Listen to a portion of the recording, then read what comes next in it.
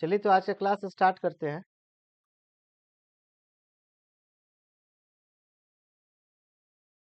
अब 60 डेज बच गया है। आपका एग्जाम 4 तारीख को है। शेड्यूल आपके सामने है।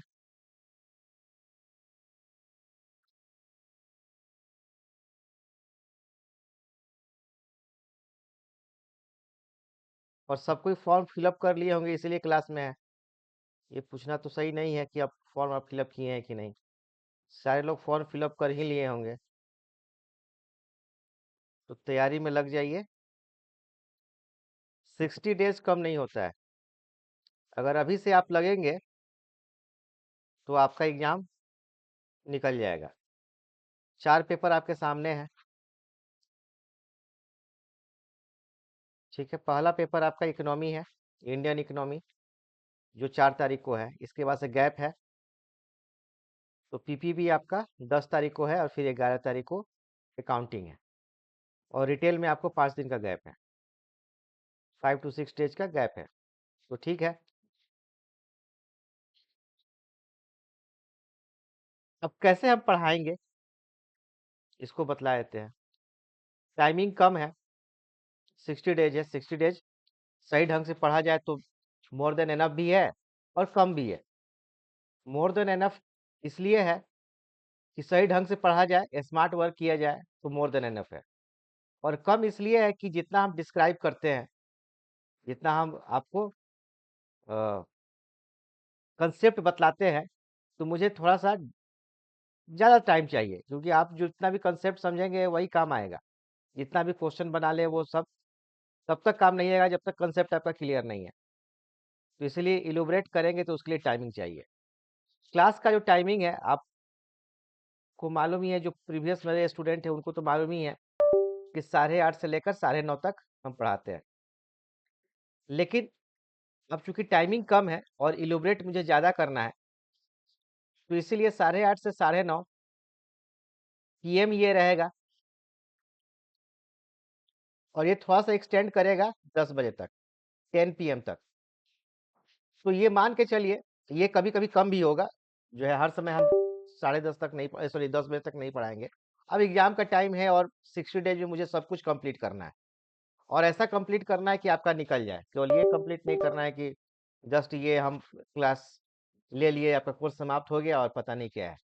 तो इस तरह से कंप्लीट करना है कि आपका क्लियर हो जाए JIB। अब हम लोग CIB भी मिलेंगे जून के बाद, जुलाई से।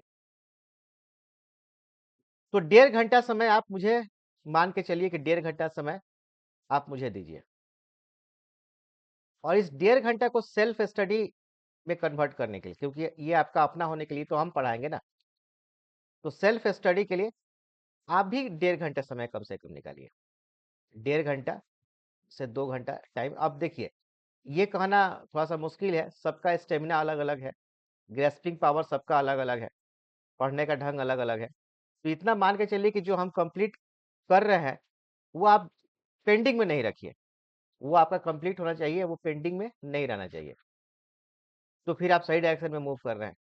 दूसरा चीज है कि जो भी हम टेस्ट लें, इसमें आप 75% मिनिमम से ऊपर आपका आना चाहिए। अगर 75% से ऊपर आपका आ रहा है मेरे टेस्ट में, तो आप मान के चलिए कि अगेन सही डायरेक्शन में है। कम से कम 55% 60% आपका मेन एग्जाम में आ ही जाएगा। यही सब है। तो क्लासेस का टाइमिंग तो बतला ही दिए हैं, सब कुछ क्लियर है। संडे को भी क्लास ले सकते हैं, बीच में संडे को भी क्लास ले सकते हैं। तो इसलिए 2 मंथ के लिए आप डेडिकेटेड हो जाइए, एकदम से स्टूडेंट बन जाइए, बैंकर कम स्टूडेंट बन जाइए। और मुझे टाइम दीजिए, अपना टाइम निकालिए सेल्फ स्टडी के लिए। आराम से कोर्सेज निकलेंगे, आराम से जो है आपका ये JIB निकलेगा। अब 4 पेपर है, पहले कैसे हम पढ़ाएंगे, कैसे कवर करेंगे, इसके विषय में बतला दें। तो सबसे पहला तो आपका इकोनॉमी का है, इसके बाद से आपका PPB है, देख ही रहे। इसके बाद से आपका अकाउंटिंग है, एंड चौथा जो है आपका रिटेल है। तो सबसे आसान जो है आपका रिटेल है, ये सबसे आसान है। जो आप PPB एंड एक इकोनॉमी पढ़ेंगे, इसका ढेर सारा इम्प्लीमेंटेशन इधर मिल जाएगा, ढेर सारा। मतलब जो दिक्कत आपको यहाँ होगा उतना ही आसानी यहाँ होगा। सारा कंसेप्ट इधर ही है, इकोनॉमी एंड पीपीबी का सारा कंसेप्ट इधर ही है। रिटेल मुश्किल से अगर 10 दिन आप पढ़ लें, 10 डेज, तो रिटेल में पास होने से तो कोई नहीं रोक सकता है। और पास नहीं, अच्छा नंबर, मतलब 70% से ऊपर नंबर लाने से कोई नहीं रोक सकता है। इसलिए इकोनॉमी एंड पीपीबी को पढ़ना बहुत जरूरी है, और खासकर इकोनॉमी को। इकोनॉमी पहले नहीं था, अब इकोनॉमी आ गया है। इकोनॉमी का इम्प्लीमेंटेशन आपका पीपीबी में भी है, इवन की कुछ अकाउंटिंग में भी है और रिटेल में भी है, ठीक है ना। अच्छा, हर एक सब्जेक्ट में आपको 4 मॉडल है, ए बी सी डी। तो ऐसा नहीं है कि सबसे पहले हर एक सब्जेक्ट का हम ए पढ़ाएंगे, देन बी पढ़ाएंगे, देन सी पढ़ाएंगे, देन डी पढ़ाएंगे, ऐसा नहीं है। हम जो है अपना पढ़ाने का ढंग है कि आपको कौन सा मॉडल सबसे पहले कवर करना होगा, क्योंकि उसका इम्प्लीमेंटेशन अलग अलग तरीका से है। पहले पढ़ाएंगे कोई जरूरी नहीं कि पहले ए का फर्स्ट चैप्टर पढ़ाएंगे, ये कोई जरूरी नहीं है, क्योंकि इसने जो सिलेबस अपना डिजाइन किया है और उसके अनुसार जो मैकमिलन का बुक लिखा गया है, तो ये सब उसके अकॉर्डिंग नहीं है। इतना दिन से हम पढ़ा रहे हैं ना, तो जो है मुझे अपना अनुभव है कि पहले क्या पढ़ा है, उसके बाद क्या पढ़ा है, और किससे क्या क्वेश्चन पूछा जाता है। इसीलिए जो सब्जेक्ट हम पहले पढ़ाएंगे, जो चैप्टर हम पहले पढ़ाएंगे, ये हम पे छोड़ दीजिए। आप केवल इस बात पे ध्यान दीजिए कि जो हम पढ़ा रहे हैं वो आप कंप्लीट करते जाइए। बाकी सिलेबस कैसे कंप्लीट करना है वगैरह वगैरह आप मुझ पे छोड़ दीजिए, ठीक है ना। किसी को प्रॉब्लम तो नहीं हो रहा है ज्वाइन करने में? एक बार लिख ही देते हैं, क्योंकि आज फर्स्ट क्लास है, ऑलवेज नहीं लिखते हैं।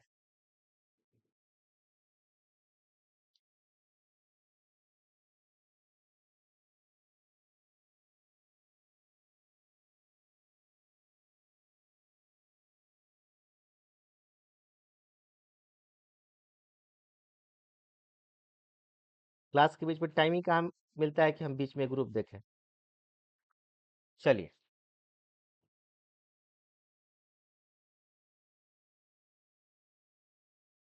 हाँ, तो हर एक में आपका 4-4 मॉडल है, चाहे आपका इकोनॉमी है, पीपीबी है, अकाउंटिंग है, रिटेल है, हर एक में 4-4 मॉडल है। तो अपने अनुसार हम अपना सिलेबस डिजाइन कर लेंगे, मतलब पढ़ाना तो यही सब है, अलग से कुछ नहीं पढ़ाने जा रहा है। इसमें कौन सा मॉडल और कौन सा चैप्टर पहले हम पढ़ाएंगे, ये मुझ पे आप छोड़ दीजिए।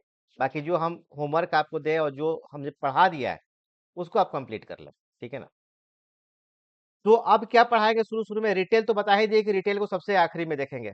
रिटेल के लिए 10 डेज मोर देन एनफ है।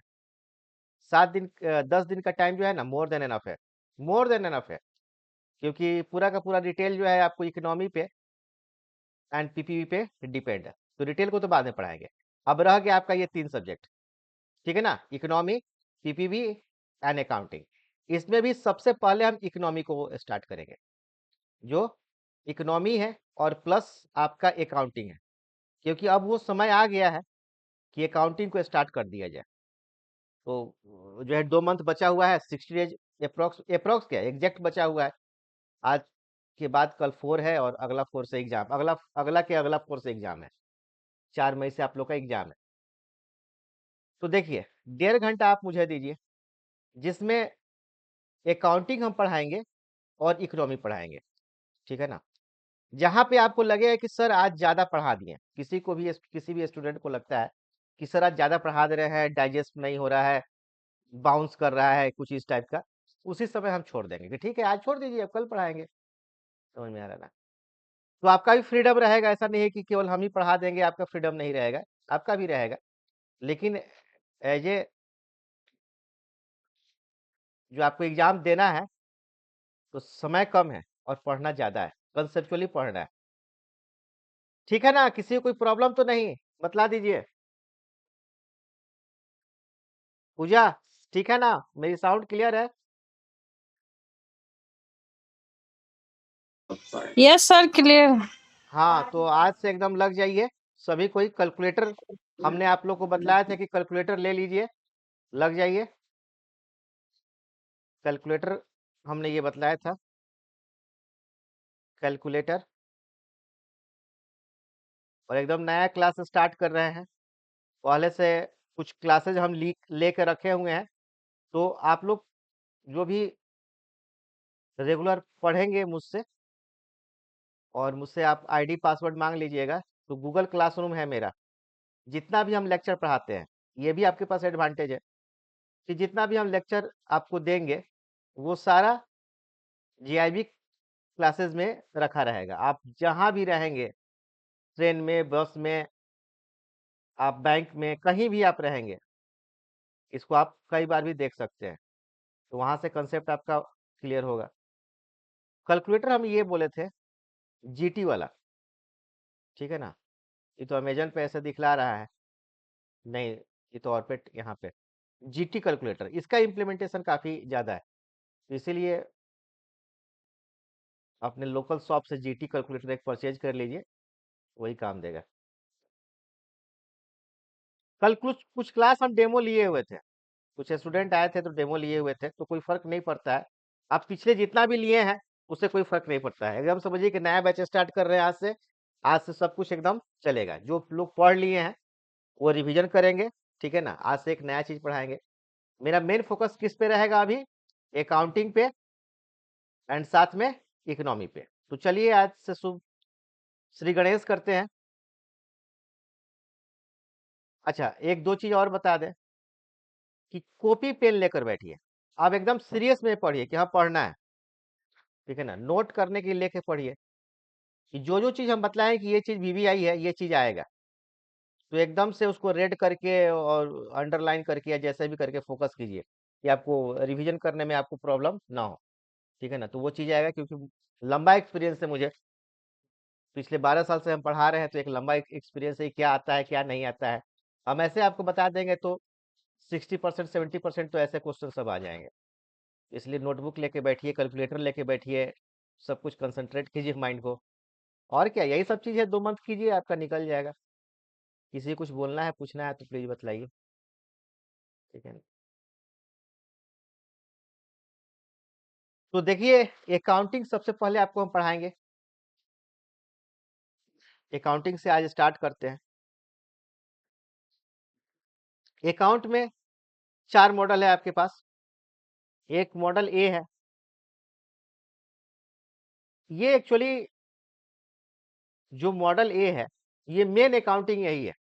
अच्छा, अकाउंटिंग के विषय में मार्केट में र्यूमर है या स्टूडेंट लोग के बीच में वो थोड़ा सा है कि सर अकाउंटिंग तो बैकग्राउंड है नहीं, कैसे अकाउंटिंग निकालेंगे, जो है अकाउंटिंग कैसे कैलकुलेट करेंगे, कैसे वो सब समझेंगे। तो यकीन मानिए, आपके पास जितना नॉलेज है, आप बैंक में हैं, और जितना आपके पास नॉलेज है, इसी बेसिस पे आपको इतना अच्छा अकाउंटिंग पढ़ा देंगे कि आपको ये कभी भी महसूस नहीं होगा कि हम अकाउंटिंग के स्टूडेंट नहीं है।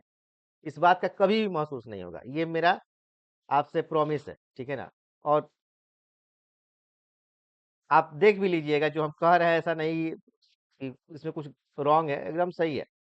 आपको किसी भी पॉइंट पे ये महसूस नहीं होने देंगे कि आप अकाउंटिंग के स्टूडेंट नहीं है, क्योंकि आपको चार्टर्ड अकाउंटेंट थोड़े बनना है। आपको एक बैंकर के रूप में मिनिमम जो बेसिक चीज है वो सब जानना है। अब डेबिट क्रेडिट क्या होता है? अकाउंट से पैसा आप निकालते हैं, तो किसी के अकाउंट से पैसा निकालते हैं तो क्या आप करते हैं? डीआर करते हैं। अकाउंट में पैसा रखते हैं तो उसके अकाउंट में क्रेडिट करते हैं, ये आप जानते हैं। ये सिंपल कंसेप्ट है। आप जितना जानते हैं वही मेरे लिए सफिशियंट है, ठीक है ना। जितना कैलकुलेशन आप जानते हैं, मोर देन एनफ है मेरे लिए, इसीलिए घबराने की जरूरत नहीं है। तो पहला जो आपका मॉडल है, मॉडल ए, ये मेन अकाउंटिंग है। जो डिफिनेशन, स्कोप, अकाउंटिंग, ये सब प्रिंसिपल वगैरह इसमें मिलेगा। बेसिक अकाउंटिंग प्रोसीजर सब मिलेगा। तो इसको हम बाद में पढ़ाएंगे, क्योंकि ये आसान है। लोगों को लगता है कि ये भारी है, आप यकीन मानिए ये आसान है। मॉडल ए आसान है, और मॉडल ए जब आप पढ़ेंगे तभी आप मॉडल बी पढ़ेंगे, ठीक है ना। क्योंकि पूरा का पूरा जो मॉडल बी है वो मॉडल ए पे डिपेंड है। तो ये पढ़ेंगे तो ही बी मॉडल बी पढ़ेंगे। तो फिर आप पूछिएगा सर तो ए पढ़ा दीजिए ना, उसके बाद बी पढ़ा दीजिएगा, तो बोलेगा नहीं, हम ए एंड बी को बाद में पढ़ाएंगे।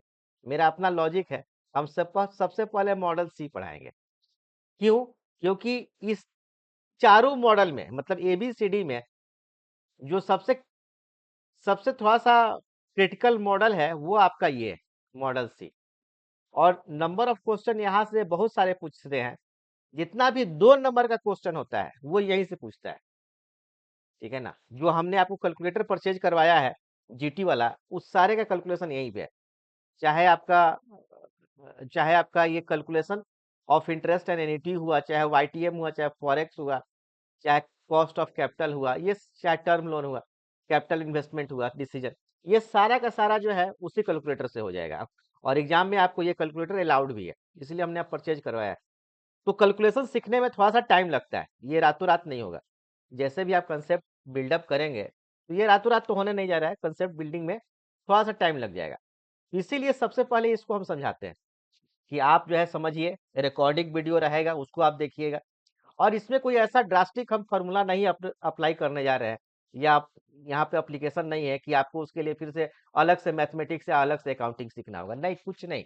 वही आपको सिंपल इंटरेस्ट सीखना है जो आपको ऑलरेडी आता है, वही कंपाउंड इंटरेस्ट का फॉर्मूला है जो ऑलरेडी आप जानते हैं, वही एन्युटी का फॉर्मूला है, राइट ना, जो और रेडी आप इसमें लगा चुके हैं। वो आपने कैलकुलेशन किया ही होगा जब आप मैथ रीजनिंग बनाते होंगे, पॉपुलेशन वाला कैलकुलेशन वही है एन्युटी का, कि हर एक साल जो है 1000 जुट रहा है, तो फिर 10 साल के बाद कितने पॉपुलेशन हो जाएगा पार्टिकुलर शहर में या पार्टिकुलर देश में, या जो भी हो, ये कैलकुलेशन तो आपने किया होगा, वो एन्युटी ही है।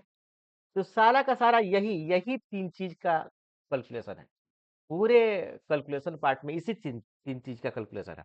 बट लेकिन अपने ढंग से इसमें फिर कंसेप्ट ऐड हो जाता है, जो आपने करके आया है उससे अलग हटके इसमें कंसेप्ट ऐड हो जाता है। तो कंसेप्ट हम आपको बतलाएंगे। तो देखिए, सबसे पहले अगेन यहाँ जो मॉडल सी है, अच्छा मॉडल सी के बाद मॉडल डी है जो टैक्सेशन है। तो ये कुछ खास नहीं है, आसान है, टैक्सेशन का हम बतला देंगे, वो सब कंप्लीट हो जाएगा। मतलब ABCD जो है ये सबसे इंपॉर्टेंट है, जिसमें हम सबसे पहले सी पढ़ाएंगे, देन ए पढ़ाएंगे, देन बी पढ़ाएंगे, देन डी पढ़ाएंगे। तो स्टार्ट करते हैं मॉडल सी से। मॉडल सी का चैप्टर आपके सामने है। सबसे पहला है आपको financial management and ratio analysis. तो अगेन ये जो financial management and ratio analysis है, ये आप यकीन मानिए ये आपका ए से रिलेटेड है, तो इसीलिए ये गड़बड़ सड़बड़ करके दे दिया है। मतलब आप पुराना वाला सिलेबस, पुराना वाला बुक देखेंगे तो उसमें आप देखेंगे कि सबसे पहला चैप्टर आपका ये सब है, कैलकुलेशन वाला है। इसमें कैसे कैसे डिजाइन किया है वो जो है उसका अपना मैटर है। तो इसीलिए हम लोग अपने ढंग से पढ़ेंगे, क्या पढ़ाना है कैसे पढ़ाना है ये मेरे ऊपर छोड़ दीजिए, आप सिर्फ विश्वास कीजिए और पढ़ते जाइए। तो सबसे पहला चैप्टर हम ये पढ़ाएंगे 21, chapter number 21, financial management, calculation of interest and annuity. तो स्टार्ट करते हैं। Calculation of interest and annuity. इसमें दो तीन बात बतलाए थे। ये सबसे पहले ये वाला जो चैप्टर है ये 5 मार्क्स का है। अच्छा, मार्क्स कैसे आते हैं ये तो आपको मालूम ही है कि टोटल 100 मार्क्स का होता है, जिसमें आपको 70 क्वेश्चन जो है, 70 क्वेश्चन जो है ये 0.5 मार्क्स का होता है। तो यहाँ पर टोटल कितना हो गया, 35 मार्क्स। इसके बाद से 1 नंबर का जो क्वेश्चन होता है ये 35 होता है। 1 नंबर का जो होता है ये आपको अगेन नंबर ऑफ मार्क्स कितना हो गया, 35 हो गया। और जो 2 नंबर का होता है ये 15 क्वेश्चन, 15 क्वेश्चन जो होता है 2 नंबर का होता है, ठीक है ना। तो जो ज्यादातर जो 2 नंबर क्वेश्चन होता है ना, ये आपको मॉडल सी से होता है। अकाउंटिंग में, स्पेशली अकाउंटिंग में अगर 15 क्वेश्चन है तो आपको लगभग 10 क्वेश्चन ये मॉडल सी से। इसीलिए मॉडल सी से ये सारे क्वेश्चन हम बतलाते हैं, पहले पहले मॉडल सी ही पढ़ाते हैं। और बेसिकली जो आपका कैलकुलेशन पार्ट जो है, न्यूमेरिकल वाला पार्ट, वो यहीं से है। बट न्यूमेरिकल वाला पार्ट में अकाउंटिंग कहीं कुछ नहीं है, यही आपका simple interest, compound interest and annuity है, ठीक है ना। तो ये आपको कितना हो गया, 30 हो गया। तो टोटल मार्क्स कितना हो गया, टोटल आपको मार्क्स 100 हो गया, और टोटल नंबर ऑफ क्वेश्चन कितना हो गया, 120। तो ये सब आपको भी मालूम होगा, ऐसा नहीं कुछ हम खास बतला रहे हैं। तो सबसे पहले calculation of interest and annuity को जानने के पहले हम लोग बैंक का डिफिनेशन देखेंगे, क्योंकि यहीं से स्टार्ट किया जाता है। बिना बैंक के डिफिनेशन का तो कुछ हो ही नहीं सकता है कि बैंक काम कैसे करती है। तो अगेन बैंक का डिफिनेशन RBI के अकॉर्डिंग क्या है, bank is a financial institution which accept deposits. तो बैंक जो है डिपॉजिट्स एक्सेप्ट करती है। अगर डिपॉजिट्स एक्सेप्ट करना एंड मनी एक्सेप्ट करने में थोड़ा सा डिफरेंस है।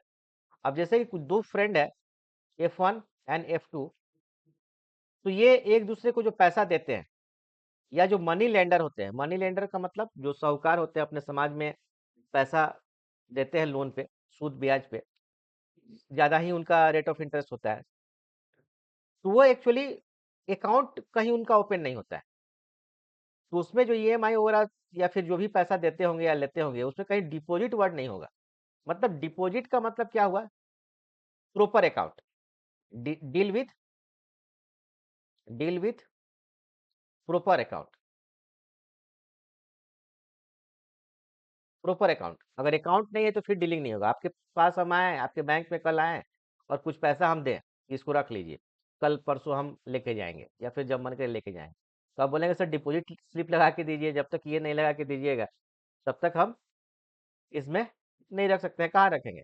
इसलिए डिपॉजिट जो है ये काफी इंपॉर्टेंट है बैंकर के लिए, आम जनता के लिए, जो भी है।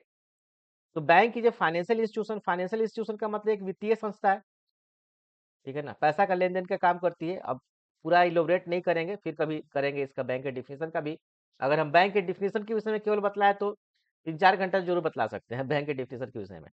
तो शॉर्ट में लेके चलते हैं, क्योंकि अकाउंटिंग पढ़ाना है, उसमें स्टार्टिंग मुझे करना है।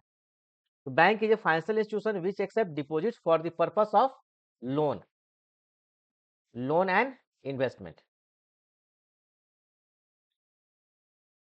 तो यहाँ पे थोड़ा सा इलोबरेट करते हैं। डिपॉजिट बैंक लेती है, ये दो फॉर्म में लेती है। एक तो आपका एनडीटीएल के रूप में लेती है, एनडीटीएल के रूप में, मतलब net demand and time liability के रूप में। अब डिपॉजिट जो है बैंक के लिए लायबिलिटी है। लायबिलिटी का मतलब जिम्मेदारी हुआ, ऐसा नहीं कि लायबिलिटी का मतलब हर समय लोन ही होता है, नहीं, रिस्पॉन्सिबिलिटी को भी हम लोग लायबिलिटी ही कहेंगे। तो बैंक की लायबिलिटी है कि जब समय पे पैसा वो मांगे तो उसको दे देना है, और विथ इंटरेस्ट उसको पैसा देना है। कस्टमर के लिए डिपॉजिट क्या है? एसेट है, लेकिन बैंक के लिए लायबिलिटी है। ये एसेट एंड लायबिलिटी एक ही सिक्का का दो पहलू है। तो जो बैंक को डिपॉजिट से फंड आया एनडीटीएल के रूप में, अगेन बैंक जो है पारा बैंकिंग भी करती है। पारा बैंकिंग, पारा बैंकिंग बोलिए या क्रॉस सेलिंग बोलिए, या थर्ड पार्टी प्रोडक्ट बोलिए। थर्ड पार्टी प्रोडक्ट बोलिए, ये सब एक ही है, नाम है। इंश्योरेंस हुआ, म्यूचुअल फंड हुआ, सुकन्या समृद्धि योजना है, अटल पेंशन योजना है, ईपीएफ है, ये सब जितना भी प्रोडक्ट है ये थर्ड पार्टी में आता है, आपको मालूम ही है। आप डीमैट अकाउंट ओपन करते हैं, ट्रेडिंग अकाउंट ओपन करते हैं कस्टमर को, ये सब थर्ड पार्टी पारा बैंकिंग क्रॉस सेलिंग में आता है। तो इसका पैसा रिस्पेक्टिव कंपनी को चला जाता है। जैसे इंश्योरेंस का पैसा इंश्योरेंस वाले कंपनी को चला गया, म्यूचुअल फंड का पैसा एएमसी को चला गया, रिस्पेक्टिव एएमसी को चला गया। ये बैंक के फंड में इंक्लूड नहीं होता है, बैंक को बाद में कमीशन आ जाता है। तो मेन जो एनडीटीएल है, यही बैंक के पास यही बैंक को फंड प्रोवाइड करता है। तो इस फंड पे बैंक को ढेर सारा प्रॉफिट चाहिए। क्यों चाहिए प्रॉफिट? तो सैलरी देना है, रेंट देना है, आपको बहुत सारे नॉर्म को फुलफिल करना है, जैसे बेसल नॉर्म को फुलफिल करना है, सीआरआर, एसएलआर, ये सारे नॉर्म को फुलफिल करना है। अपना भी एक्सपेंडिचर है, एटीएम मशीन लेना है, ठीक है ना, अपना भी बहुत सारे एक्सपेंडिचर है, उसको जो है करना है। प्रॉफिट भी देना है, डिविडेंड के रूप में देना है। तो बहुत सारा है। फिर आपको जो है आरबीआई को देना है, सरकार को देना है, बहुत सारा चीज इसको है। तो ये कहाँ से आएगा? बैंक तो कोई मैन्युफैक्चरिंग कंपनी है नहीं। तो यही बैंक का जो मेन एक्टिविटी है यही है, लोन वाला, लोन एंड इन्वेस्टमेंट। तो यहाँ पर भी समझना है कि लोन जो बैंक देती है, इसमें सबसे पहला आपको क्रेडिट रिस्क होता है।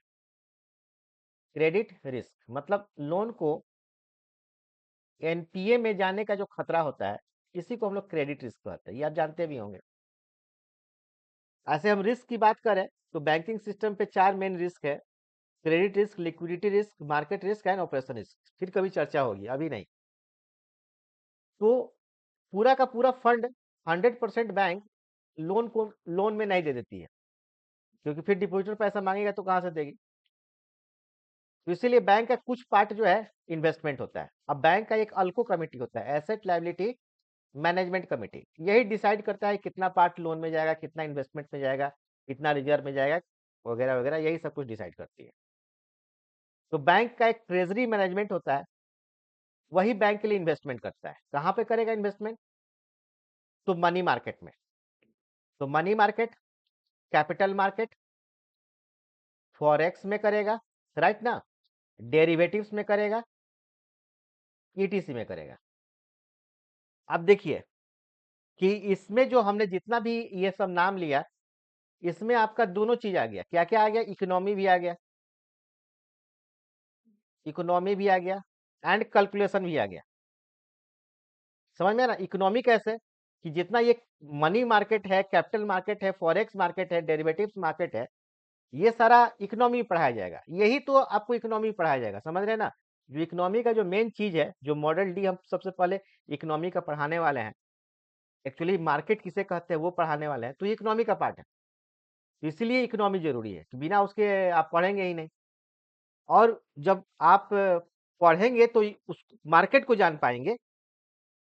समझ में आ रहा है ना? लेकिन मार्केट में आपका प्रोडक्ट कैसे मूव करेगा, कितना रिटर्न वगैरह देगा, तो इसका तो कैलकुलेशन करना होगा ना। वही अकाउंटिंग में ये सारा कैलकुलेशन आप करेंगे। इसीलिए दोनों को सबसे पहले हम पढ़ाते हैं, ठीक है ना? इकोनॉमी वाला पार्ट भी एंड आपका ये कैलकुलेशन वाला पार्ट भी। कहीं कोई प्रॉब्लम नहीं होना चाहिए, ठीक है ना? ये दोनों चलेगा साथ में। तो यहाँ पे सबसे पहले बैंक में जब इन्वेस्टमेंट होता है, मतलब डिपॉजिटर जब इन्वेस्टमेंट करते हैं, तो सबसे पहला रिलेशनशिप बनता है कि customer as a creditor and bank as a debtor. ये सबसे पहला रिलेशनशिप है। पीपीबी में एक चैप्टर है बैंकर कस्टमर रिलेशनशिप, पहला चैप्टर है, पीपीबी का सबसे पहला चैप्टर है। और इसमें से कम 3-4 नंबर क्वेश्चन हर एक साल पूछा ही जाता है। तो सही ढंग से उसको हम बतलाएंगे। तो उसमें भी सबसे पहला जो रिलेशनशिप है यही है कि बैंकिंग, पूरा बैंकिंग सिस्टम का सबसे पहला रिलेशनशिप क्या है?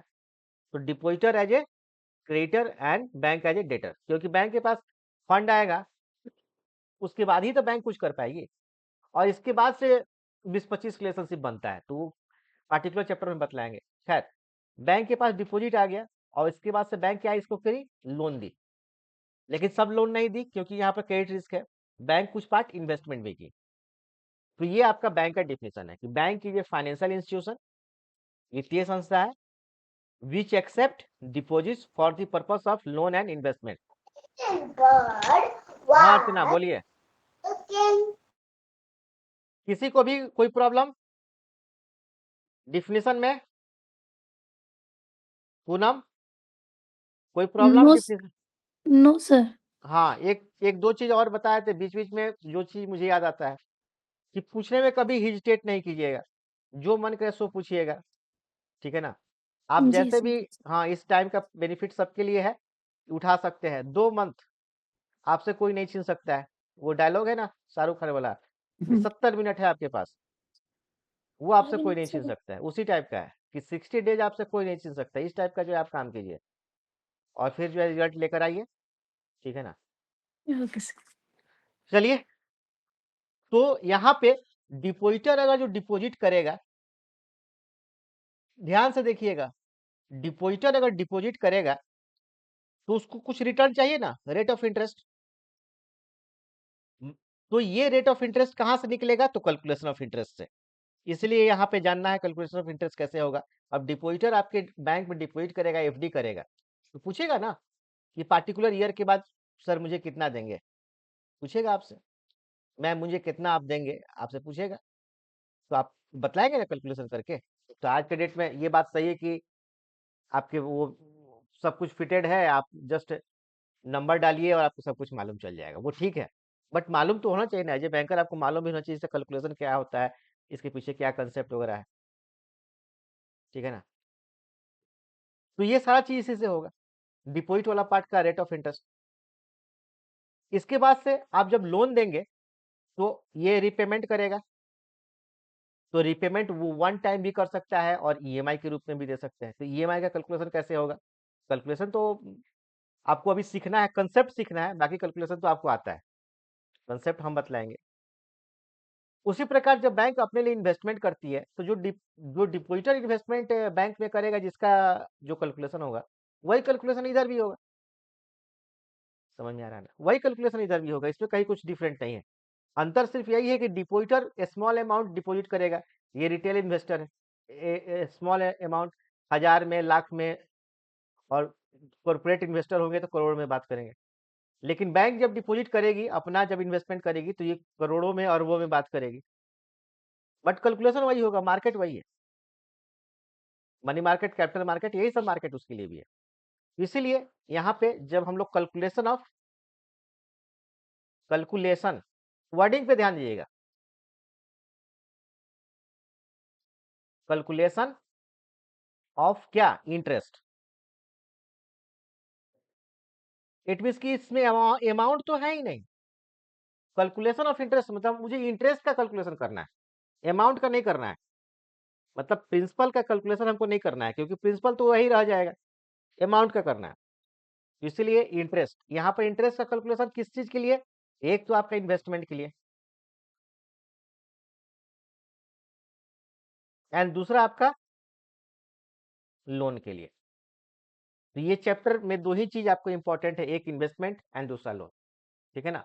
तो सबसे पहले हम लोग इन्वेस्टमेंट वाला पार्ट देखेंगे, ये पार्ट देखेंगे, उसके बाद से हम लोग लोन वाला देखेंगे। और भी इसमें दो चीज समझना है। सबसे दूसरा चीज क्या है, एक तो आपका ये हो गया कि लोन के लिए एंड इन्वेस्टमेंट के लिए आपको कैलकुलेशन करना है। एक जो टर्म है कैश फ्लो, तो जब डिपॉजिटर पैसा बैंक को देंगे, तो एक्चुअली वो बैंक के पास क्या हो जाएगा, कैश फ्लो हो जाएगा, कैश फ्लो हो जाएगा। समझ में आ रहा है ना? कैश फ्लो मतलब एक अकाउंट से पैसा दूसरी जगह जाएगा तो कैश फ्लो हो जाएगा, एक हाथ से पैसा दूसरे हाथ में जाएगा तो क्या हो जाएगा, कैश का फ्लो हो जाएगा। राइट ना? एक जगह से पैसा दूसरी जगह जाएगा तो क्या होगा, कैश ही फ्लो होगा, पैसा मनी का मूव होगा तो कैश फ्लो हो जाएगा। और क्या इसको समझना है? इट मीन्स कि इंटरेस्ट तभी आएगा जब कैश फ्लो होगा। इसमें कोई हम नया बात नहीं कह दिए। अब कैश फ्लो हो ही नहीं रहा है, अब इन हैंड किसके पास पैसा है, इन हैंड है, आपके घर में पैसा है, अलमीरा में पैसा है, पॉकेट में पैसा है, तो क्या कैश फ्लो हो रहा है? नहीं हो रहा है। तो फिर उसका इंटरेस्ट कहाँ से निकलेगा? नहीं निकलेगा। उल्टा उस पे टाइम वैल्यू ऑफ मनी आ जाएगा, उल्टा उस पे क्या आ जाएगा, टाइम वैल्यू ऑफ मनी का कंसेप्ट आ जाएगा, टाइम वैल्यू ऑफ मनी का कंसेप्ट आ जाएगा। अब ये टाइम वैल्यू ऑफ मनी क्या है, अगेन इसको हम आगे डिस्क्राइब करेंगे। ठीक है ना? ये जैसे जैसे आगे बढ़ेगा कोर्स, सब चीज को देखेंगे, टाइम वैल्यू ऑफ मनी क्या है। मतलब सिंपली हम लोग ये जान लें कि समय के साथ पैसा का वैल्यू कम होता है। अब 10 रुपया 9 रुपया में कन्वर्ट कल नहीं होने वाला है, 10 रुपया तो 10 ही रुपया रहेगा, लेकिन 10 रुपया में जो परचेजिंग आज आप कर रहे हैं वो नहीं कर पाएंगे। मान लेते हैं 10 रुपया में कोई चीज आप 10 ले रहे हैं, 10 यूनिट ले रहे हैं, तो मे भी कल होकर वो 9 ही यूनिट मिले, उसके बाद आपको 8 ही यूनिट मिले। इट मीन्स की वैल्यू कम होता जाता है अगर पैसा हाथ में रहे तो। टाइम वैल्यू ऑफ मनी का इम्पैक्ट पड़ता है, तो इसको हम डिटेल आगे भी डिस्क्राइब करने वाले हैं। तो कैश फ्लो होगा तभी कैलकुलेशन होगा। कैश फ्लो दो ही चीज में होगा, या तो इन्वेस्टमेंट में होगा या लोन में होगा, दूसरा तो कोई उपाय नहीं, दूसरा तो कहीं कुछ नहीं है। अब कहीं पे कोई इंटरेस्ट मिल ही नहीं रहा है, तो कैश फ्लो हो भी रहा है तो क्या फर्क पड़ता है? जैसे कि करेंट अकाउंट है, करेंट अकाउंट में बैंक देती ही नहीं है कैश, रेट ऑफ इंटरेस्ट देती ही नहीं है, तो उसका क्या करना है, उस पर कैलकुलेशन होगा ही नहीं। ठीक है? और क्या इसमें हम लोग को समझना है बेसिक चीज, कि किसी भी कैश फ्लो का दो ही चीज हो सकता है, किसी भी कैश फ्लो,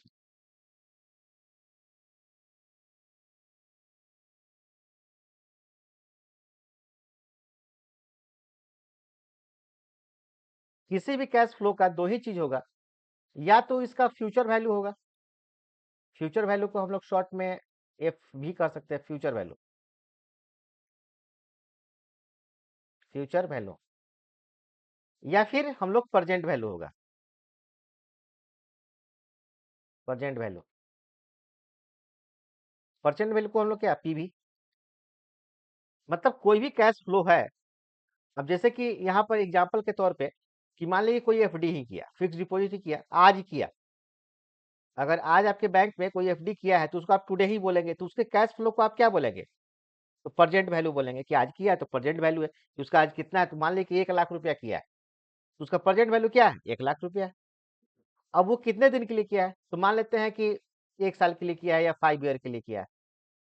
आपकी बैंक जो है उसको 7% के हिसाब से रेट ऑफ इंटरेस्ट दे रही है, राइट ना? तो वो पूछेगा ना कि 5 ईयर के बाद मुझे आप कितना देंगे, ये पूछेगा ना। तो एक्चुअली ये जो 5 मंथ के बाद, सॉरी 5 ईयर के बाद जो आप देंगे, इस अमाउंट को क्या बोलेंगे? जो भी मिलेगा इस अमाउंट को क्या बोलेंगे? तो फ्यूचर वैल्यू। इट मीन्स कि जो कैश फ्लो होगा उसका या तो प्रेजेंट वैल्यू हम लोग को कैलकुलेट करना होगा या फ्यूचर वैल्यू कैलकुलेट करना होगा। ये भी एक ऐसा क्वेश्चन हो सकता है कि मान लेते हैं कि 10 साल के बाद 10 लाख रुपया मिलने वाला है। अब उसका आज के डेट में पार्टिकुलर रेट ऑफ इंटरेस्ट से, एक पार्टिकुलर रेट ऑफ इंटरेस्ट है, आज उसका वैल्यू कितना है? समझ में आ रहा है ना? तो ये भी हो सकता है। तो इसका मतलब है कि ये जो 10 लाख है ये तो उसका फ्यूचर वैल्यू है, ये मिलने वाला है। अब इसका आज के डेट में क्या वैल्यू होगा, मतलब प्रेजेंट वैल्यू निकालना है। तो यही बेसिक चीज को समझ के रखना है। यही 3-4 क्वेश्चन, 3-4 फॉर्मूला का इम्प्लीमेंटेशन होगा। Simple interest, compound interest, annuity. मतलब फॉर्मूला हम कोई भी नया चीज नहीं बतलाने जा रहे हैं, यकीन मानिए। कुछ भी नया चीज नहीं बतलाने जा रहे हैं जो आपको पहले से नहीं आता।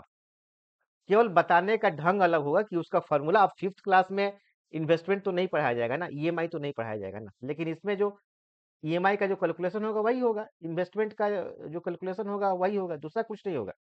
इसलिए घबराने की तो कोई बात ही इसमें नहीं है। अब एज ए बैंकर तो आप जानते हैं कि इन्वेस्टमेंट क्या होता है। हम थोड़ा सा अपना चीज बतला देंगे कि कैश फ्लो क्या होता है, प्रेजेंट वैल्यू क्या होता है, फ्यूचर वैल्यू क्या होता है। तो जो चीज नहीं समझ में आए आप बार बार मेरा वीडियो देख सकते हैं, हमसे कई बार पूछ सकते हैं क्लास में। अपना माइक्रोफोन ऑन कीजिए और पूछ सकते हैं। तो आगे हम लोग बढ़ते हैं कि कैश फ्लो का मुझे क्या निकालना होगा। तो कैश फ्लो आपका दो तरीका से हो सकता है। या तो आपको सिंगल कैश फ्लो होगा, सिंगल कैश फ्लो होगा, like FD, fix deposit, FD की तरह। कि कोई एक है जो 1 लाख रुपया दिया और 10 साल के बाद कितना होगा, 10 ईयर के बाद वो पूछता है पार्टिकुलर रेट ऑफ इंटरेस्ट है 10% के, मान लेते हैं कि रेट ऑफ इंटरेस्ट है उसकी, उसका फ्यूचर वैल्यू क्या होगा। ये सिंगल कैश फ्लो होगा, ठीक है ना। देखिए ये सब चीज हमने इसलिए बतला रहे, मुझे साधारण ढंग से भी बतला सकते हैं। ये रहा सिंपल इंटरेस्ट का फॉर्मूला, कंपाउंड इंटरेस्ट का फॉर्मूला, एफडी वगैरह है। मतलब हम इतना बैकग्राउंड इसलिए तैयार कर रहे हैं कि आप चीजों को समझ कर पाए कि कैश फ्लो क्या होता है, प्रेजेंट वैल्यू क्या होता है, फ्यूचर वैल्यू क्या होता है, ये सब चीज को समझ पाए। क्योंकि जो आने वाले चैप्टर है उसमें इसी भाषा में बात है। जब इस भाषा को हम लोग नहीं समझेंगे तो फिर आगे क्वेश्चन नहीं समझ पाएंगे।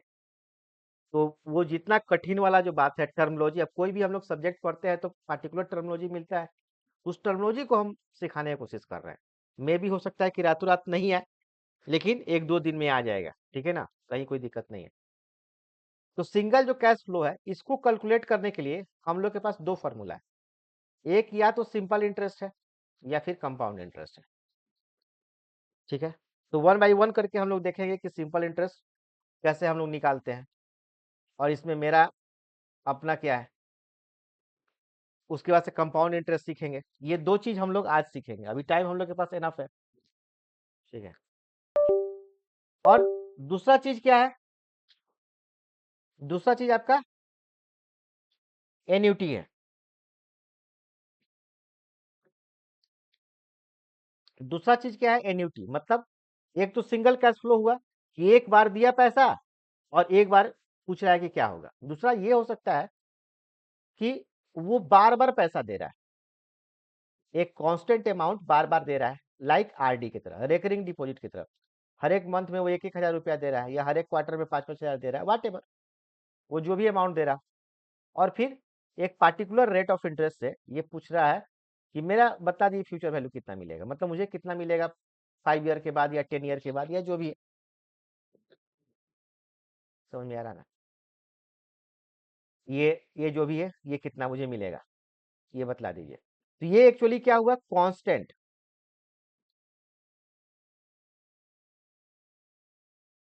Constant multiple cash flow. ये आपको कांस्टेंट मल्टीपल कैश फ्लो होगा, मतलब एक कांस्टेंट अमाउंट। अब ऐसा नहीं है कि अमाउंट चेंज हो रहा है कि अभी 1000 दे रहा है, अगले मंथ में 2000 दे रहा है, तो फिर आपका उसमें फ्लक्चुएट हो रहा है, तो ये फिर तो EMIS पे निकलेगा, ये तो फिर कंप्यूटर निकाल के देगा। ये फिर फॉर्मूला डिराइव करना थोड़ा सा मुश्किल है। फॉर्मूला डिराइव करने के लिए आपके पास एक पार्टिकुलर पैटर्न चाहिए, अगर पार्टिकुलर पैटर्न नहीं है तो फॉर्मूला डिराइव तो नहीं होगा। तो अभी यहाँ पे हालांकि वेरिएबल बैंकिंग सिस्टम में वेरिएबल अमाउंट दे सकते हैं, लेकिन यहाँ के लिए यही कांस्टेंट मल्टीपल कैश फ्लो, इसको हम लोग टेक्निकली क्या बोलते हैं, एन्यूटी बोलते हैं। एन्यूटी का एक एग्जांपल तो आपका आरडी है, रेकरिंग डिपॉजिट है। दूसरा भी एग्जांपल है कि अटल पेंशन योजना में आप जो है कस्टमर से पैसा ले रहे हैं, अटल पेंशन योजना, इसमें क्या आप ले रहे हैं, एक एज के अकॉर्डिंग और उसका कितना वो पेंशन चाहता है उसके अकॉर्डिंग आप एक फिक्स अमाउंट ले रहे हैं। मान लीजिए कि 5000 ये हर एक मंथ में चाहता है, ठीक है ना, टिल डेथ तक हर एक मंथ में वो चाहता है। तो यहाँ पे क्या है कि 5000 होने के लिए यहाँ पे 8.5 लाख रुपए चाहिए, अप्रोक्स 8.5 लाख चाहिए। तो ये 8.5 लाख जो चाहिए वो उसके एक एज के अकॉर्डिंग उसको कितना इन्वेस्टमेंट करना है। तो ये भी सरकार ने वो चार्ट बनाकर दिया हुआ है जो आपके पास है, आपकी इकोनॉमी में भी वो चार्ट मिल जाएगा कि किस एज में उसको कितना पैसा देना है और कब तक देना है। तो 60 ईयर तक देना है, मिनिमम 18 साल होना चाहिए, मैक्सिमम आपका 60 ईयर होना चाहिए। 40 के बाद इसमें एंट्री नहीं है, 40 साल तक वो एंट्री कर सकता है। तो ये सब तो क्राइटेरिया, ये इकोनॉमी पढ़ना है, बट इसका कैलकुलेशन क्या हो जाएगा, ये आपका कैलकुलेशन ऑफ इंटरेस्ट में हो जाएगा। तो ये भी एक एग्जाम्पल जो हुआ वो क्या हुआ, एन्यूटी का एग्जाम्पल हुआ। तो एन्यूटी का कई तरह का एग्जाम्पल हो सकता है। तो एन्यूटी काफी इंपॉर्टेंट है, इसमें से एक क्वेश्चन 2 नंबर का पूछता ही पूछता है, 2 नंबर का एक क्वेश्चन पूछता ही पूछता है। ये कैलकुलेशन ऑफ इंटरेस्ट से पांच 5 नंबर क्वेश्चन पूछेगा, तो काफी VVI चैप्टर है, एकदम आराम से पढ़िए। और आगे जो 2-3 चैप्टर है वो जब ये समझ में आएगा तब आगे भी समझ में आएगा। तो चलिए हम लोग सबसे पहले सिंपल इंटरेस्ट देखते हैं, जो कि नहीं पूछता है, लेकिन फिर भी बेसिक चीज है तो पढ़ना ही चाहिए, मैं भी पूछ दे 0.5 नंबर में। इसका सिंपल फॉर्मूला क्या होता है, PRT/100, यही फॉर्मूला होता है। सारे लोग जो है इसी फॉर्मूला को जानते हैं, बट हम इंसिस्ट करेंगे कि ये फॉर्मूला अब यूज नहीं कीजिए। एज ए मेच्योर पर्सन हम लोग दूसरा फॉर्मूला यूज करेंगे। क्या करेंगे, इसमें हम लोग N/R करेंगे बस, मतलब हम लोग कैलकुलेशन ऑफ इंटरेस्ट कर रहे हैं और प्रिंसिपल से हम लोग बाद में हम लोग मल्टीप्लिकेशन डिवीजन ये सब करते रहेंगे। तो देखते हैं 2-3 क्वेश्चन हम लोग देखते हैं और सीखते हैं कैसे हम लोग इम्प्लीमेंट करेंगे। एन क्या है, तो एन जो है आपका नंबर ऑफ ईयर है, नंबर ऑफ ईयर है। आर क्या है, तो यहाँ पर रेट ऑफ इंटरेस्ट है, ठीक है ना। तो देखिए लेटर में कुछ नहीं पढ़ा है, आप भी जानते हैं कि अल्फाबेट में कुछ नहीं पढ़ा है, जो भी है न्यूमेरिक वैल्यू में पढ़ा है। अल्फाबेट तो कुछ भी हो सकता है, कोई प्रिंसिपल को ए लिखता है, कोई प्रिंसिपल को पी लिखता है, कोई के लिखे, क्या फर्क पड़ता है। तो यहाँ पे ये हम स्टैंडर्ड जो अप्लाई करेंगे, समझ में आया ना, स्टैंडर्ड जो अप्लाई करेंगे वो यही करेंगे कि नंबर ऑफ ईयर को हम लोग एन से डिनोट करेंगे, डिफाइन करेंगे, एंड आर को हम लोग number of rate of interest को डिफाइन करेंगे। सब में कुछ भी हम लोग पढ़ेंगे, कंपाउंड इंटरेस्ट, सिंपल इंटरेस्ट, कहीं भी हम लोग जाएंगे तो हम लोग यही पढ़ेंगे। तो एक क्वेश्चन बनाते हैं और इसके आगे क्वेश्चन हम आपसे पूछेंगे। मान लेते हैं कि 1 लाख रुपया 5% से 5 ईयर में कितना हो जाएगा, इसका फ्यूचर वैल्यू कितना हो जाएगा। सिंपल, ये 5% जो है ये सिंपल इंटरेस्ट से हम लोग को कैलकुलेट कर रहा है, ये कितना हो जाएगा। और देखिए हम क्वेश्चन आपको ढेर सारा देते जाएंगे, तो हम लोग को करना क्या है ये तो आपको मालूम ही है। हाँ पूजा बोलिए। सर 1,25,000। हाँ 1,25,000, वेरी गुड। तो ये क्वेश्चन तो आप लोग को मालूम है कि करना क्या है, लेकिन हम बतलाए थे इसमें करना क्या है कि इसमें हम लोग को एन इंटू आर करना है। एन मतलब चूंकि शुरू में बतला रहे हैं इसलिए इतना डिस्क्राइब कर दे रहे हैं। तो एन इंटू आर कर रहे हैं। एन क्या है? तो एन जो है आपका 5 ईयर है। आर क्या है? तो 5% है। तो कितना होगा? 25% हुआ। मतलब जो आपका इंटरेस्ट जो इंक्रीमेंट किया, बढ़ा, उसको जो इंटरेस्ट मिल रहा है वो 25% मिल रहा है। सिंपल इंटरेस्ट में नंबर ऑफ ईयर का कोई, नंबर ऑफ ईयर में आपको कंपाउंडिंग का कहीं कोई इसमें प्रॉब्लम नहीं है, समझ रहे ना? इसीलिए हम लोग लगातार उस पूरे टर्म में कितना इंटरेस्ट मिला एक साथ कैलकुलेट कर सकते हैं। यही अगर कंपाउंड इंटरेस्ट रहता है, समझिए simple interest and compound interest में क्या डिफरेंस है? सिंपल इंटरेस्ट में आप लगातार पूरे टर्म का इंटरेस्ट एक साथ कैलकुलेट कर सकते हैं, लेकिन कंपाउंड इंटरेस्ट में पूरे टर्म का इंटरेस्ट एक साथ कैलकुलेट नहीं कर सकते, क्योंकि जो पहला टर्म होगा और दूसरा जो टर्म होगा उसमें आपका पहला टर्म जो होगा ये फिर इसमें आपका जुटेगा, देन दूसरे टर्म, मतलब इसका कैलकुलेशन आपको ये हो जाएगा तब होगा, फिर तीसरा टर्म होगा तो ये होगा देन ये होगा। समझ में आ रहा है ना? क्योंकि कंपाउंडिंग इफेक्ट को लेकर आ रहा है। इसलिए कंपाउंड इंटरेस्ट में कभी भी आप ये इस टाइप का आप एन इंटू आर का काम नहीं कर सकते, ये सिंपल इंटरेस्ट में कर सकते हैं। तो इसके पीछे क्या लॉजिक है ये हमने बता दिया। तो आप एन इंटू आर करेंगे, 25% का इंक्रीमेंट हुआ। अब बस तो यही है, ये 1 लाख का 25% कितना होगा? तो 1,25,000। तो इसका फ्यूचर वैल्यू कितना होगा? 1,25,000। अब जैसे भी लिखे 1.25 लाख लिखिए या 1,25,000, ये तो फिर जैसे भी लिखना, ये तो लिखने का अलग अलग तरीका है। सबको समझ में आ रहा है ना? कोई ऐसे जिनको समझ में नहीं आ रहा हो? कोई नया स्टूडेंट जिनको समझ में नहीं आ रहा हो? क्योंकि ये तो फिर थोड़ा सा कल भी बताए थे। राकेश जी समझ में आ रहा है? यस सर, समझ में आ रहा है। ठीक है। यहाँ पे अपराजिता है, यहाँ पे आपको समझ में आ रहा है? कहीं कोई दिक्कत तो नहीं? आ रहा है सर, ठीक है, कोई दिक्कत नहीं है। ठीक है। तो आप इससे थोड़ा सा टफ कैलकुलेशन, थोड़ा सा टफ, कि मान लेते हैं कि 1 लाख रुपया, अगेन क्वेश्चन वही है, 10 साल में, 10 ईयर में इसका फ्यूचर वैल्यू क्या होगा? बट बीच में थोड़ा सा ट्विस्ट है कि 5 ईयर के बाद ये रेट ऑफ इंटरेस्ट चेंज हो रहा है। पहला 5 साल के लिए, 5 ईयर के लिए ये आपको 2% रेट ऑफ इंटरेस्ट है, 2% है। एंड नेक्स्ट 5 ईयर के लिए ये आपको 5% रख देते हैं, 5% रेट ऑफ इंटरेस्ट है। अब बताइए कि उसको, उसका फ्यूचर वैल्यू क्या होगा आफ्टर 10 ईयर? उसको कितना मिलेगा? सर 1.35 होगा।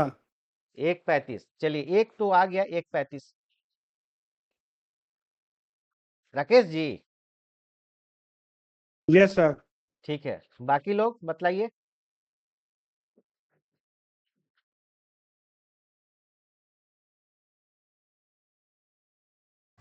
सर 1,20,000। 1,20,000 कैसे कैलकुलेट किए आपने? एक लाख सर बीस हजार 1.35। सर 1,20। 5 हाँ टू 10 कर दिए हैं और हाँ, फिर उसमें 5 टू कुछ किया सर, 10 की उसमें ये तो आप सही लिख 5 देंगे। 5 हाँ कि 5 टू 25। 10, मतलब 2% इंटू 5, ये आपको यस सर, 10% ये होगा। 10 हो गया। और ये अच्छा, ये ये तो 5 5 जा होगा सर, गलती हो गया। हाँ हाँ, ये 5% 5 इंटू 5 जा 5, होगा 25, तो ये 25, 1,35,000 हो जाएगा सर। और दोनों को हम लोग ऐड करेंगे तो ये 35% हो जाएगा। तो 1 लाख का 35% जो है वो 1,35,000 आता है। इसीलिए हम बोले थे कि कितना आसानी से आपने कर दिया। अब देखिए हम लोग को जो है ना उस तरह से माइंड को ट्रेंड करना है, डेवलप करना है, कि लेस कैलकुलेशन करना है, कंसेप्ट बिल्डिंग करना है। इसी को तो कहते हैं एज ए बैंकर आपको कंसेप्ट बिल्डिंग करना है, न कि कैलकुलेशन के पीछे पड़े रहना है। कैलकुलेशन हो, आप जब कैलकुलेट कर रहे हैं तो आपको इतना माइंड आपका एक्टिव होना चाहिए कि आपने सही रिजल्ट दिया है कि नहीं। क्वेश्चन भी सामने सामने, आंसर भी सामने। फिर भी 50 नंबर लाने में प्रॉब्लम हो जाता है। क्यों? इसलिए प्रॉब्लम हो जाता है कि कंसेप्ट हम नहीं जानते हैं। और अकाउंटिंग में भी 65% जो है वो आपको कंसेप्ट पूछता है, 65%। क्योंकि नंबर ऑफ जो चैप्टर है वो तो कंसेप्ट वाला ही ज्यादा है ना। मॉडल ए क्या है? कंसेप्चुअल चैप्टर है, उसमें कुछ भी कैलकुलेशन नहीं है। मॉडल में कहा, मॉडल ए में कैलकुलेशन है ही नहीं। मॉडल बी में भी कैलकुलेशन नहीं है। थोड़ा सा रेशियो एनालिसिस का कैलकुलेशन तो मॉडल सी में ही है। तो कंसेप्चुअल चैप्टर है आपका मॉडल ए, मॉडल बी, मॉडल सी में ही ये कैलकुलेशन है। तो 35% कैलकुलेशन यहीं से पूछता है। अगेन मॉडल डी में भी आपका कोई कैलकुलेशन चैप्टर है नहीं। थोड़ा बहुत हो जाएगा जोड़ घटाव, तो उसको कैलकुलेशन थोड़े मानेंगे। मेन तो कंसेप्ट ही है कि इनकम टैक्स वगैरह का क्या कंसेप्ट होता है। ठीक है, इसीलिए हम लोग कंसेप्ट पे ध्यान देना है। अच्छा, एक एक तीसरा क्वेश्चन पूछते हैं, जिससे हम पूछेंगे वही जवाब देंगे। सब कोई नहीं, ये कुछ लोग को मालूम भी है, इसीलिए कभी कभी करके हम स्टूडेंट का नाम ले लेंगे तो पूछेंगे कि मान लेते हैं कि 1 लाख रुपया है, ये कितने दिन में, कितने नंबर ऑफ ईयर में, नंबर ऑफ ईयर में ये 2 लाख हो जाएगा। ठीक है ना? नहीं, क्वेश्चन को बदल देते हैं, क्वेश्चन को बदल देते हैं कि 1 लाख जो है वो कितने दिन में आपका 2 लाख हो जाएगा। अ, इसमें अगर हम लोग रेट ऑफ इंटरेस्ट दे देते हैं, रेट ऑफ इंटरेस्ट दे देते हैं, अगर रेट ऑफ इंटरेस्ट हम 5% कर देते हैं, रेट ऑफ इंटरेस्ट अगर 5% है, तो क्वेश्चन है कि 1 लाख, और ये 5% जो है सिंपल इंटरेस्ट है, तो 1 लाख 2 लाख में कितने साल में बन जाएगा, कितने नंबर ऑफ ईयर आपको निकालना है, नंबर ऑफ ईयर निकालना है। तो किन से पूछे? जो कल नहीं थे। अर्चना, आप कल थी क्या क्लास में? नहीं सर। तो बता दीजिए जल्दी से कि ये क्वेश्चन समझ में आ गया ना? जी सर, 20 साल होगा। 20 साल होगा, 20 ईयर होगा। कैसे होगा बता दीजिए सबको, क्या क्या कंसेप्ट है इसके पीछे?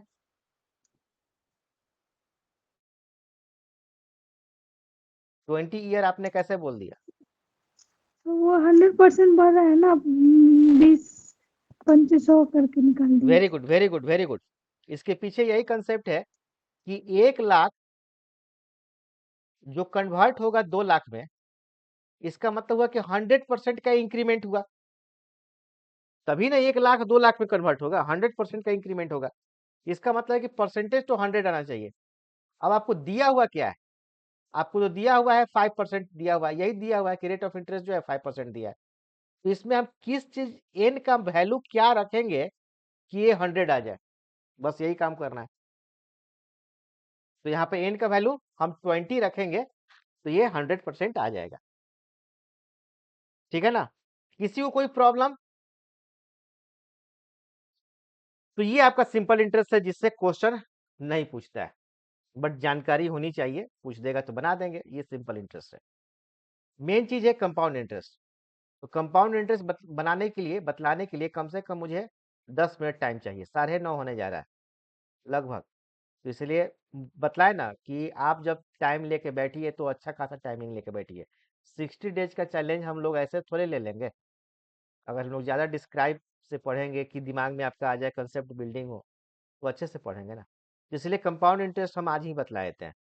सब कोई टाइम दे रहे हैं ना? ऐसा कोई नहीं कोई आज जल्दी में है, प्लीज बतला दीजिए मुझे पहले ही।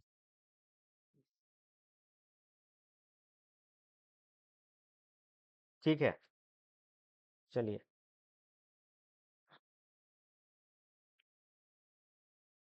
तो नेक्स्ट जो आपका टॉपिक है, ये कंपाउंड इंटरेस्ट है। एक मिनट रुकिए। हाँ, कंपाउंड इंटरेस्ट। अब कंपाउंड इंटरेस्ट में भी कुछ नया चीज हम नहीं बतलाने जा रहे हैं। मतलब फॉर्मूला, फॉर्मूला वही है, क्या है फॉर्मूला? इसका जो फ्यूचर वैल्यू है, अब हर एक, आवाज कट रहा है क्या? साउंड क्लियर नहीं है, एक बार कंफर्म कीजिएगा। क्लियर है सर। ठीक है, तो कंपाउंड इंटरेस्ट का जो फॉर्मूला है वो वही है जो आप जानते हैं। क्या है? P into 1 plus r to the power n minus 1। समझ में आ रहा है ना? अच्छा, ये तो आर बाद में है। P into 1 plus r to the, बस यही आप, यही इसी से हम लोग लेकर चलते हैं। P into 1 plus r to the power n। बाद में हम लोग केवल इंटरेस्ट निकालने के लिए माइनस पी कर देते हैं, लेकिन प्रिंसिपल प्लस इंटरेस्ट हम लोग करेंगे तो ये क्या हो जाएगा? यही हो जाएगा, P into 1 plus r to the power n। समझ में आ रहा है ना? क्या हो जाएगा? P into 1 plus r to the power n। इसमें प्रिंसिपल एंड इंटरेस्ट दोनों शामिल है। अब इसमें एक प्रॉब्लम आ जाता है, कंपाउंडिंग की जब बात चलेगी तो एक प्रॉब्लम आ जाएगा, वो है फ्रीक्वेंसी का। नाम आपने सुना होगा, फ्रीक्वेंसी। यहीं से समझना है, यही आपका VBI है। आप समझिए कि सबसे इंपॉर्टेंट चीज हम बतलाने जा रहे हैं। पूरे कैलकुलेशन पार्ट का जो सबसे इंपॉर्टेंट चीज है वो बतलाने जा रहे हैं, फ्रीक्वेंसी। फ्रीक्वेंसी का मतलब होता है कि कोई घटना कितने बार होता है। जैसे कोई बस है, कोई ट्रेन है, या कोई भी फ्लाइट है, या कहीं भी कुछ है, कितने बार जाती है, तो नहीं लोग बोलते हैं कि इसका फ्रीक्वेंसी क्या है। मतलब कोई घटना कितने बार घट रहा है, कोई एक पार्टिकुलर घटना, ऐसा नहीं कि अलग अलग घटना है, नहीं, एक कोई पार्टिकुलर घटना है कितने बार घट रहा है, उसी को हम लोग उस घटना क्या बोलते हैं? फ्रीक्वेंसी बोलते हैं। मतलब जो कंपाउंडिंग हो रहा है, कंपाउंड इंटरेस्ट है तो इसका मतलब कंपाउंडिंग हो रहा है। तो कंपाउंडिंग कैसे हो रहा है? साल में एक बार हो रहा है, साल में 2 बार हो रहा है। तो फ्रीक्वेंसी को अगर हम लोग टी से डिनोट करते हैं, अगर हम लोग फ्रीक्वेंसी को टी से डिनोट करते हैं, अब डिनोशन में कुछ नहीं लिखा है, बताया था ना कि अल्फाबेट में कुछ नहीं है, कैसे भी डिनोट कीजिए, समझना है। तो फ्रीक्वेंसी को अगर हम लोग टी से डिनोट करते हैं, तो अगर साल में एक बार फ्रीक्वेंसी हो रहा है, मतलब एक ही बार वो घटनाएं घट रही हैं, तो फ्रीक्वेंसी 1 हो जाएगा। अगर साल में 2 बार वो घटनाएं घट रही हैं हाफ ईयरली पे, तो फ्रीक्वेंसी 2 हो जाएगा। 3 मंथ पे घट रहा है तो 4 बार हो जाएगा ना साल में, तो फ्रीक्वेंसी 4 हो जाएगा।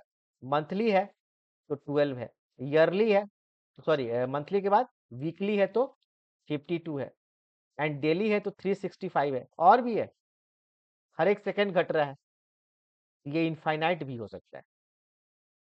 तो ये फ्रीक्वेंसी का इम्पैक्ट है। तो जब क्वेश्चन में फ्रीक्वेंसी आ जाए, मतलब एक बार से ज्यादा बार आ जाए, तो इस फॉर्मूला में कुछ चेंजिंग आ जाएगा। मेन फॉर्मूला तो आपका यही है। इस फॉर्मूला में क्या चेंजिंग आ जाएगा? अब जो फ्यूचर वैल्यू बनेगा वो हो जाएगा P into 1 plus r by t to the power n into t. अब क्या बतलाइए कि ये आप नहीं जानते थे क्या? जानते ही हैं। ऐसा तो नहीं है कि हम पहली बार ये बतलाएं, आप ये जानते ही होंगे। अब चलिए क्वेश्चन बनाते हैं तो और डिटेल इसको देख पाएंगे कि इसको हम काहे इतना इम्फेसिस कर रहे हैं।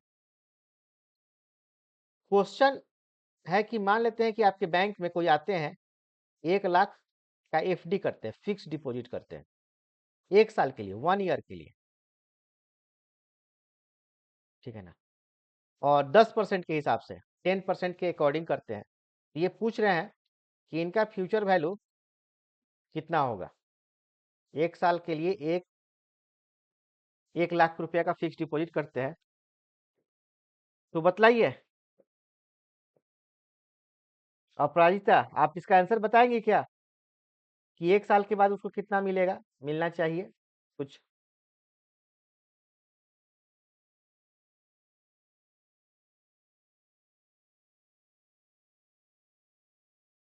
विशाल जी, जो नए स्टूडेंट है उनका नाम ले रहे हैं, शायद बता पाए। सर क्या क्वेश्चन रिपीट कर सकते हैं? एक साल के लिए फिक्स डिपॉजिट आपके बैंक में किया, 10% का रेट ऑफ इंटरेस्ट आपकी बैंक दे रही है, 1 साल के बाद उसको कितना मिलेगा? 1,10,000 सर। 1,10,000। चलिए, 1,10,000 1,10,000 इन्होंने ये सोचा कि सिंपल है, 1,00,000 का 10%, 1,10,000। क्या सर, क्या पूछते हैं? और इसमें कोई चेंज करना चाहते हैं क्या, कि सबका जो है यही अनुमान है कि 1,10,000 ही आएगा? सत्यनारायण जी, क्या आपको लगता है? 1,10,000 सर। 1,10,000। श्वेता, आप क्या बोलती हैं? क्या आपको लगता है 1,10,000 ही आएगा? सिंपल इंटरेस्ट से 1,10,000 होगा ना और कंपाउंड होगा तो सर, बनेगा। बड़े तो क्या होगा? हाँ, पूजा पूजा भी ओपन की है। सर नहीं समझ में आ रहा है, 10,000 होगा क्या? आप सुनिए ना, फिक्स डिपॉजिट आप करती हैं, हम थोड़े करते हैं, हम तो नहीं करते हैं, आप करती है। आप बतलाइए कि जी आपके। सर, हम करते हाँ, हैं फिक्स तब डिपॉजिट। अब इतना सिंपल क्वेश्चन कि 1,00,000 रुपया डिपॉजिट किया है 1 साल के लिए, आप उसको कितना दीजिएगा? तो सबसे पहले तो ये जानना होगा, ये जो एक आप, लाख हाँ, ये जो 1,10,000 रुपये आप बोल रहे हैं कुछ सोचकर, ये ऑलमोस्ट सही है, ऑलमोस्ट सही है। इसमें कुछ चीज को चूंकि आप इग्नोर कर रहे हैं। अब चूंकि फ्रीक्वेंसी का जो इम्प्लीमेंटेशन होता है वो 1 साल के बाद ही होता है, दूसरे साल से होता है। तो आप ये सोच के कर रहे हैं कि जो भी दूसरा साल होगा उसमें ना फ्रीक्वेंसी का इम्प्लीमेंटेशन होगा, तो फिर क्यों हम जो है ये करें? 1 साल के लिए है तो फिर 1,00,000 का 10% होगा। बट एक चीज को आप इग्नोर कर रहे हैं कि जो एफडी का जो इंटरेस्ट आता है वो साल में 4 बार आता है। चाहे बैंक कोई भी हो, एफडी का इंटरेस्ट साल में 4 बार आता है। I1, I2, I3, I4।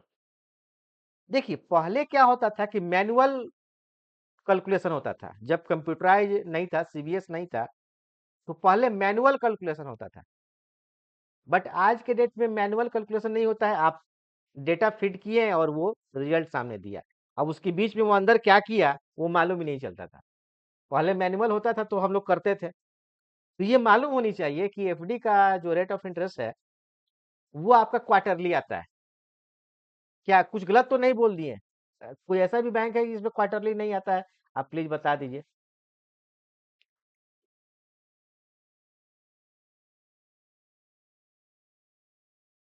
ठीक है ना राकेश जी, क्वार्टरली ही आता है ना?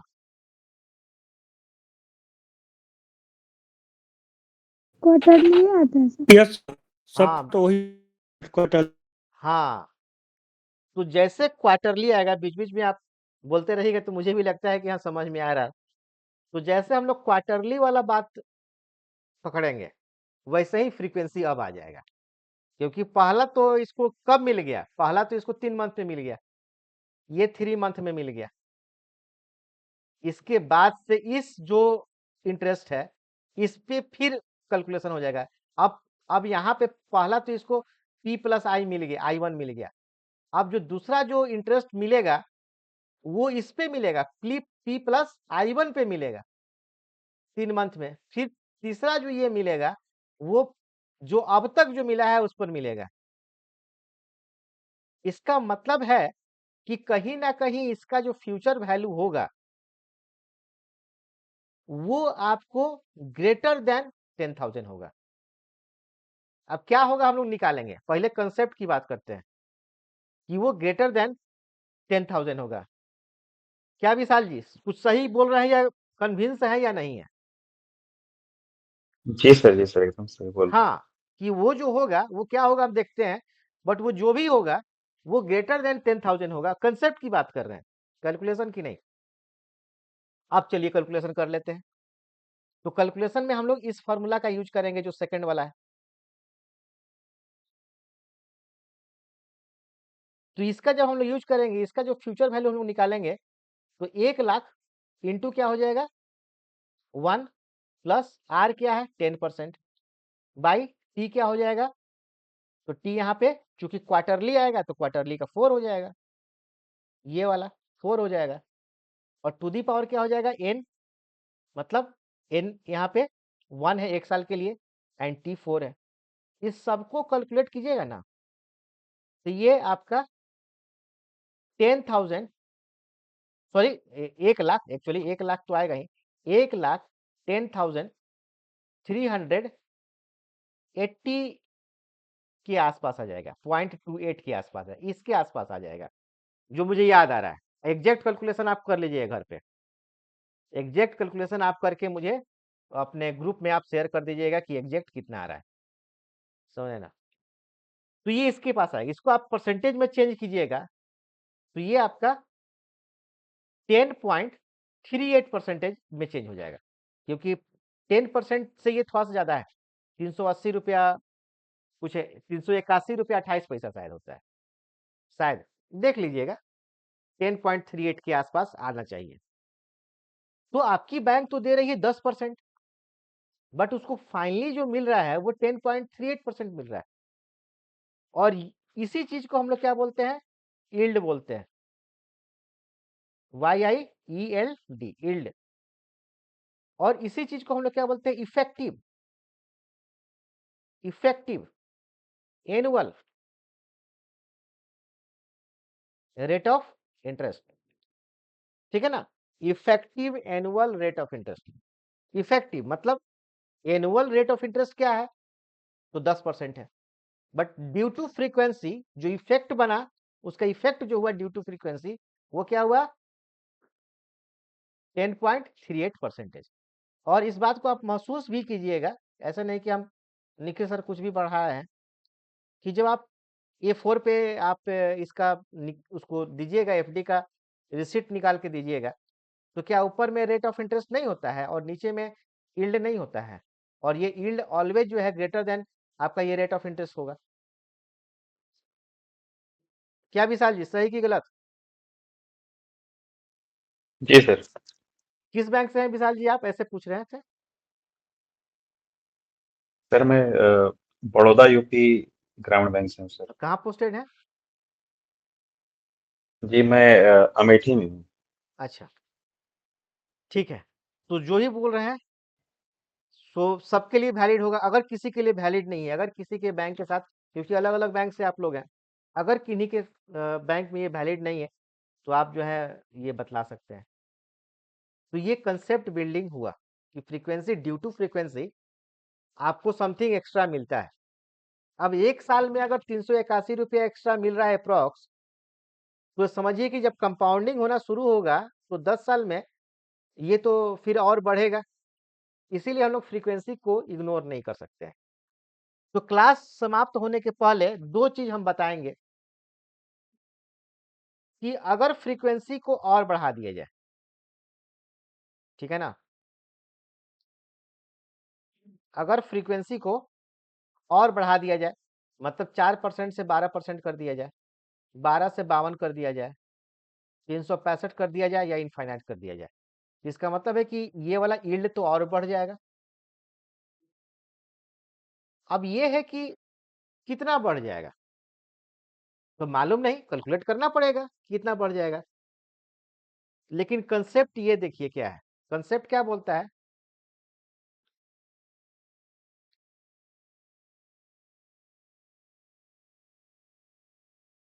किधर गया,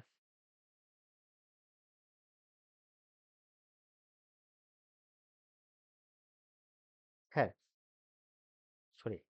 कंसेप्ट क्या बोलता है कि कितना भी बढ़ जाए ड्यू टू फ्रीक्वेंसी, इसको नोट कीजिए, नोट करने वाला चीज है, ड्यू टू फ्रीक्वेंसी जो रेट ऑफ इंटरेस्ट इंक्रीज करेगा, जो आपका रेट ऑफ इंटरेस्ट, जो आपका यील्ड इंक्रीज करेगा एक्चुअली, वो लेस देन 1% होगा, चाहे आप जितना भी फ्रीक्वेंसी बढ़ा लें। मतलब किसी भी हिसाब से अगर रेट ऑफ इंटरेस्ट आपका 10% है, तो फ्रीक्वेंसी कितना भी आप लगा लीजिए, ये कभी भी 11% में कन्वर्ट नहीं होगा, 11% से नीचे ही रहेगा। और एक क्वेश्चन आपको दिखलाते हैं, इस क्वेश्चन को आप बनाइए।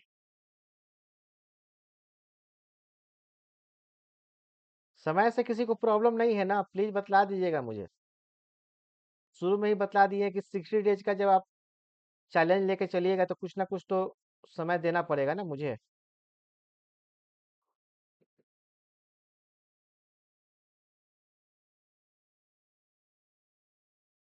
और ये टेस्ट पेपर आपको हम भेज देंगे।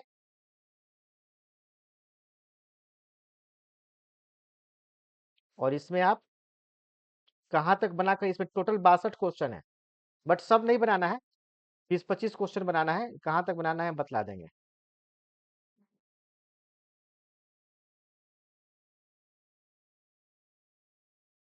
ये क्वेश्चन नंबर 30 पढ़िए और इसका हमको जवाब दीजिए। क्वेश्चन नंबर 30 अगर आपके एग्जाम में आ जाए, ये deposit is carrying 12% compound interest compounded quarterly, what will be the effective annual rate? C answer होगा सर। सब कोई कन्विंस सर है? सी होगा। सब कोई कन्विंस है किसका आंसर सी होगा? यस सर सी होगा। हाँ, कॉपी कलम उठाने की जरूरत तो है नहीं, क्योंकि इतना तो मालूम है कि ड्यू टू फ्रीक्वेंसी, मतलब कंपाउंडेड क्वार्टरली बोल रहा है, मतलब फ्रीक्वेंसी आ गया। कंपाउंड इंटरेस्ट 12% है, तो जो आपका फाइनल रिजल्ट जो होगा वो 12% से ज्यादा ही होगा। लेकिन कितना होगा नहीं मालूम। अब आंसर चेक कर लेते हैं कि आंसर में 11%, अब 12% खुद दे रहा है तो 11% थोड़े हो जाएगा, कम तो नहीं होता ना, ज्यादा ही होता है या इक्वल होता है। 11% नहीं होगा, ज्यादा होगा। ठीक है, तो ज्यादा वाला मात्र 2 है, एक तो 12.55 है और दूसरा क्या है 13% है।